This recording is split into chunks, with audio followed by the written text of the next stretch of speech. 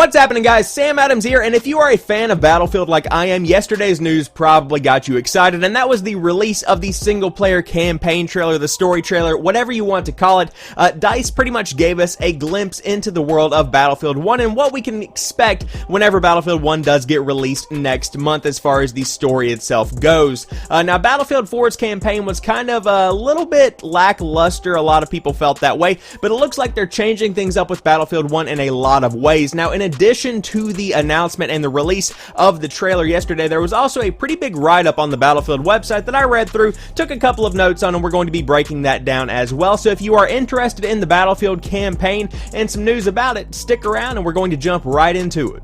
Alright, so before we get into it, I'm going to have the campaign trailer running right here, but there isn't going to be any sound with this, so there is a link down below. I would recommend that you click that, go watch that video, watch the official trailer that we are going to be talking about right here, and then come back so you guys kind of have a context of where we are going to be coming from, what we're going to be talking about.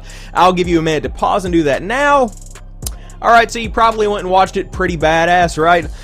So after watching that, the first thing that stands out to me is that there is a lot more emphasis on the people rather than on the looks of the game. Now, whenever Battlefield 4 came out, obviously it was at the beginning of this console generation. Everyone was trying to point out the power of the PlayStation 4 and the Xbox One, and it wasn't necessarily focusing on what the story had to offer, and I feel like that was kind of evident in the final product. A lot of people didn't like Battlefield 4's campaign. I thought it was okay. It looked beautiful, of course, coming from the Xbox 360 to the PlayStation 4. That was what I was playing on at the time. It was definitely kind of a revolutionary experience for me as far as graphics and the look of a game went, but as far as storytelling and getting somebody engulfed in what was going on, I was just kind of, it didn't really hit home with me. But with this one, it looks like there's a lot more focus on the story and the equal amount of focus on the graphics themselves. Now, as far as the post on the Battlefield website goes, there is a lot of information here, so we're going to go ahead and break that down.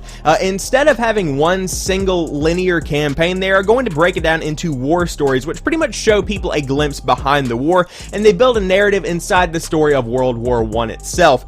Now, there is not going to be any specific main character that follows and jumps between war stories. Instead, they are pretty much going to tell a single plot, and then they're going to begin and conclude that war story and move on to another one that features a different set of characters and potentially a different part of the war, giving everybody kind of a glimpse of every area that was included in World War I, as well as a different cast of characters that kind of switches things up and keeps things fresh all the way throughout the entire campaign. I think that's a pretty good idea, because in Battlefield 4, although I did get kind of emotionally invested with the characters, it just kind of got boring after a while, going through the same thing over and over again. With these new war stories, which I hope they continue as Battlefield does continue to evolve and grow, you are just getting a glimpse of everything throughout the entirety of World War I, and not just one little platoon going through the entire war itself, as we kind of see in most first-person shooters. So now, one thing that is definitely worth noting is that in Battlefield 1, they don't necessarily have cookie-cutter or generic characters inserted into the game. What I mean by this is that whenever you're playing Call of Duty, Medal of Honor, Battlefield, anything like this, the character we play as within that story is in that platoon, in that situation, because we ourselves are sitting there playing a game. We are inserted into a narrative by the developers, and instead of going that route, with Battlefield 1, they kind of changed things up, and we are just following the story of someone who has a greater meaning, a larger purpose within the entirety of the war story and in World War I itself. For instance, there is a woman that is the right-hand man, so to speak, of Lawrence of Arabia, and so there is actually a purpose for her. We're not just her because she needed to be in the story. There is actually a reason she is in there, and that becomes more engaging for the player, as well as more emotionally connecting in the long run. When you're thinking about it, it definitely makes sense. Whenever you're thinking about books, movies, games, whatever form of media it might be, the more depth a person has within a story, the more we're going to get emotionally connected to that person. And whenever you're trying to build something within a game, we are literally introduced to a character. Normally within 6 to 8 hours, that story is ending, and that's not necessarily a lot of time to build a background for that character. And so instead, Battlefield 1 is already taking characters that have a ton of background that we can already get emotionally involved in and inserting them in there, so that there is definitely more engagement and a more connection between the player and the person they're playing as. I think it's going to be a really cool thing to see in these war stories and in Battlefield 1 overall. Now, Battlefield is a franchise that's always been applauded for its open-endedness, especially in its multiplayer, where you can kind of attack an objective in any way you really want. If you want to drive a tank directly through that building wall,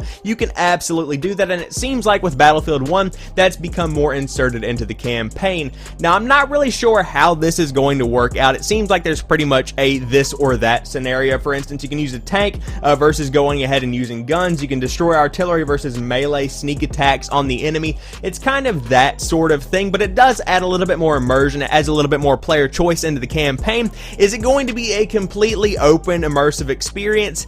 I don't really expect it to be that, but I would expect it to build on what Battlefield has already begun to lay the foundation for, and that is kind of an openness and the player's choice as to how they exactly want to go about completing a mission within the campaign. Now, another thing, you get to know some famous characters. There is not much information revealed here because obviously you want to keep a couple of surprises within the story itself for people to experience on day one. But two names dropped are Lawrence of Arabia and the Red Baron, so I mean, that's pretty cool. That's worth noting. You get to hang out with Lawrence of Arabia and the Red Baron.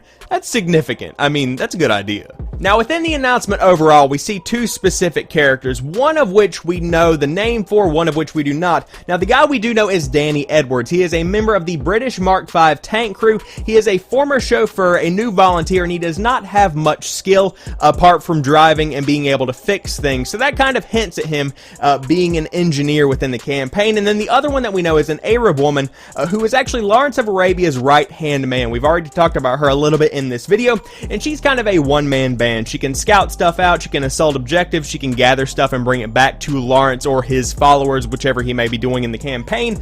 She's pretty much everything. Now, of course, there isn't much detail given to preserve the fidelity of the story itself, like I've been saying. That being said, these two characters kind of give a scope of where we're going to be going with the Battlefield 1 campaign. Everything from a British soldier in a tank crew to Lawrence of Arabia's right-hand man / woman. That is a big scope, and they're going to be covering a lot of ground through the war stories that we see in Battlefield 1. Alright, so now sitting down, we've got the Battlefield 1 and the Battlefield 4 story trailers pretty much side by side here. And like I said, I think at the beginning of this video, if not, I'll mention it again here, whenever Battlefield 4 was coming out, they were really trying to prove a point and sell consoles because the PlayStation 4 and the Xbox One were first coming out, and everyone was asking, is there actually a reason for me to choose to upgrade to a PlayStation 4 to an Xbox One instead of just playing Battlefield 4 on my PS3 or Xbox 360? And I think this trailer was trying to prove a point and say that the graphics of a PlayStation 4, the graphics of an Xbox One, were pushing the franchise to boundaries that had not yet been approached.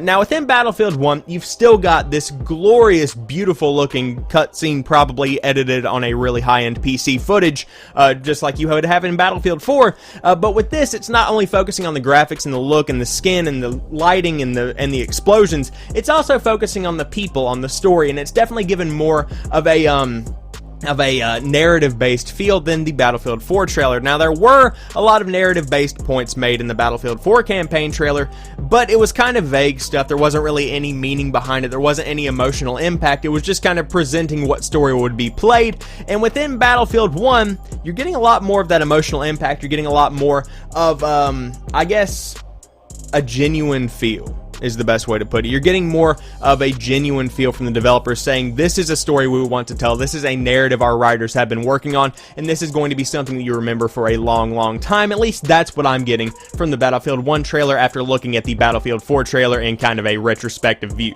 So now, taking all of this into account, looking at the Battlefield 1 trailer, looking at the Battlefield 4 trailer, trying to analyze what's been posted, Battlefield 1 could still have a lackluster campaign, a lot like Battlefield 4 did, and to be honest with you, no one's going to know if that is the case until the game is officially released to the public and everyone gets their hands on it, and we can kind of look at it from a retrospective point of view, a lot like I just did with the Battlefield 4 trailer.